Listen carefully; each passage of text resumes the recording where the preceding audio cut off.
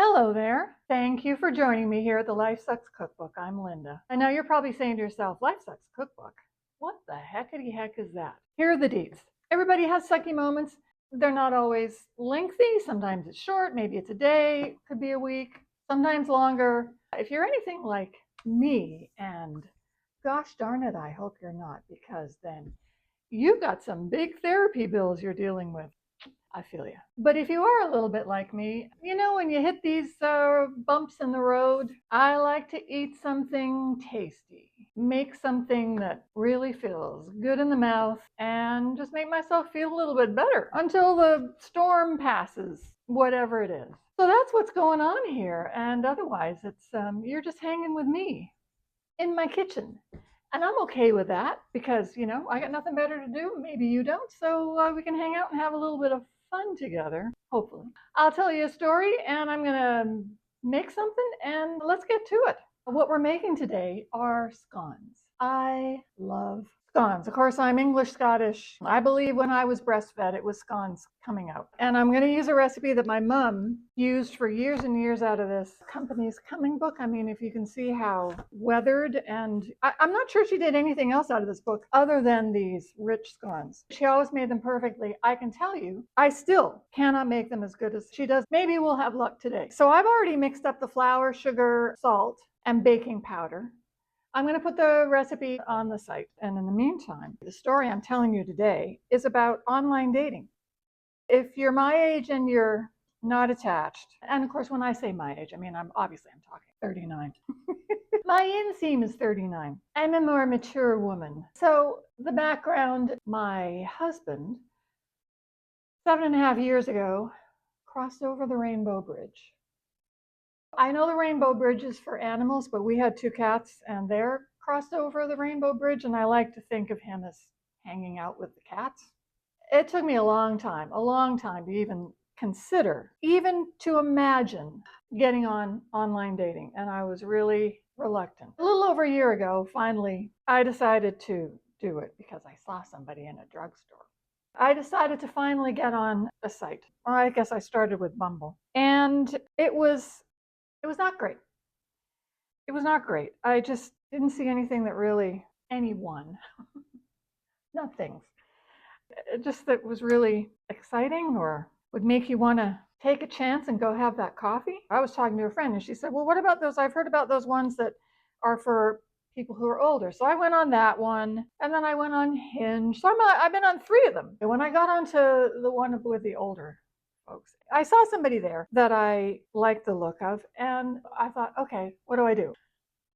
I'm panicking. I haven't even done anything. I haven't clicked a like or anything. I thought, well, there's no time to waste here. So I clicked on like. And then I thought, what do I do now? Do I wait to see if he likes back, or maybe I should just message? But I thought, well, if I'm going to message him, I'll be funny. Then he knows who I am, because I used to make my living from being funny. At least I thought it was funny. I typed out this lengthy message. And of course, I'm envisioning how this person is going to read this. This is something you can't control. I started out by saying, hi, whatever his name was. I'm brand new at this, so you can take for granted that I just don't know what I'm doing, but I saw you were in my liked list, but you hadn't liked me. But then I thought maybe you were about to press on the like button, but there was an earthquake all of a sudden and you just forgot to do it, or you got hit in the head by an out of control drone. They can be very dangerous, So maybe you were about to do it. But listen, if this is not your jam, then that's perfectly fine. Just go back to what you were doing, put your tray tables in the upright position, and that's all I have to say. No, I'm going to say one more thing. Don't forget to recycle. Now, I think recycling is a very important thing, and I think we should all recycle. That's one reason that I put that on the end. But the other reason I put it on the end was I thought that was hilarious. I still kind of think it's hilarious. Now, the thing with this site is that you can see who's viewed you. And so I looked that night, and I did see him again in the viewed list after he had seen my message. And then the next day, I was out grabbing some quick lunch somewhere, and I thought, well, I'll just check. I looked through the viewed list, and he was not there. Then I went to the page that has your conversations, your messages, my outgoing message, and that was gone. And I thought, oh my God, I have driven him from this website. My first attempt, and I've driven him off of a dating site. So at first I thought, oh well, plenty more where that came from. But then when I got back in my car, I sort of got really bummed out, and I did have a little bit of a leaking session. Only because I just thought, wouldn't it be nice if there was just some magic right out of the gate, and then you don't have to kind of wade through all of this? My nose is running. I'm not crying now. I've just got a runny nose. I got to wash my hands. So that was my first shot. And so what I found in the intervening months, there's kind of a gap between the people that like me and the people that I like. Whoever I click like on, for the most part, don't respond. And I don't respond to the ones who are clicking on me because, just nothing there. And there have been people who, a lot of people have had this experience. I feel like it's a bad manners kind of thing where you set up a time to go and have that coffee. It's been over a year. I have not had that coffee. I mean, it's a good thing I can buy my own coffee because I'd be desperate. With one person, we set up a time to meet, which was like a week away. We were going to meet halfway. Like we lived, roughly an hour apart. Then he wanted to Skype, and I wasn't crazy about that. He wanted to Skype to see whether it was worth driving 30 minutes to go and have a coffee. And then there've been another one that you say, let's get together for a coffee. It doesn't even have to be no pressure, just chatting or whatever. And they say, absolutely. And then disappear, take themselves off. And I think with the first guy, I may not have driven him off the website, but I realized afterwards that he may have blocked me as well. Because what I didn't understand was that in that viewed list, you see every time that person views you. And initially, I had been looking at his profile every hour on the hour. I was in my head already traveling to Europe with this guy. He got that text and then sees all this and figures, of course, I'm just some crazy stalker nut job. Let's get this one out of the way fast. It's been like that. And so I've stopped paying the subscriptions because I got so frustrated. Can I just say, please, the photos, some of the photos are unbelievable. I mean, with a lot of people, men, they don't get up out of the lazy boy to take the shot. And they're taking it from down here, up over the stomach and up the nose, chins, nose, everything. Or one person who had taken this picture, it looked like he was wearing a hoodie and then maybe a parka on top of that. And his expression, it kind of looked like he was taking a download in an outhouse in the far north.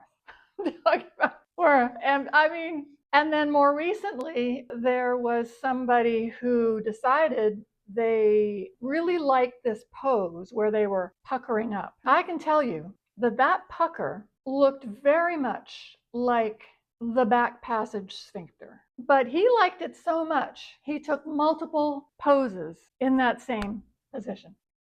And then there are the fish. I mean, all right, I understand you can provide food. That's great. You're very proud of it. I mean, I don't see the women's profiles, obviously. So I'm trying to think of what that equivalent is. For me, that would be quite a find because I have giant feet.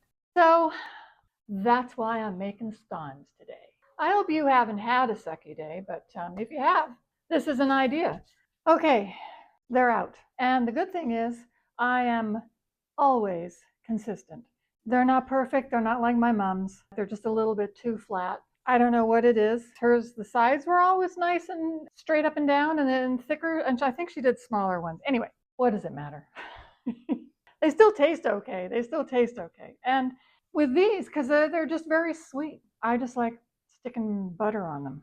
A lot of butter. And some tea. So one of my friends said to me, because I had seen somebody else and I clicked like, he did reply with a hello. That's one of the few times where that happened. And one of his photos, he was standing next to a single engine aircraft. So I said, hello, do you actually fly that plane? Are you a drug runner? I have a wacky, weird sense of humor at times, but apparently not great if you're trying to go for a coffee with somebody. So I didn't hear much from him afterwards. And so I was talking to a friend, and she said to me, you're terrorizing these men with your jokes, so you should just back off. So I have mostly backed off.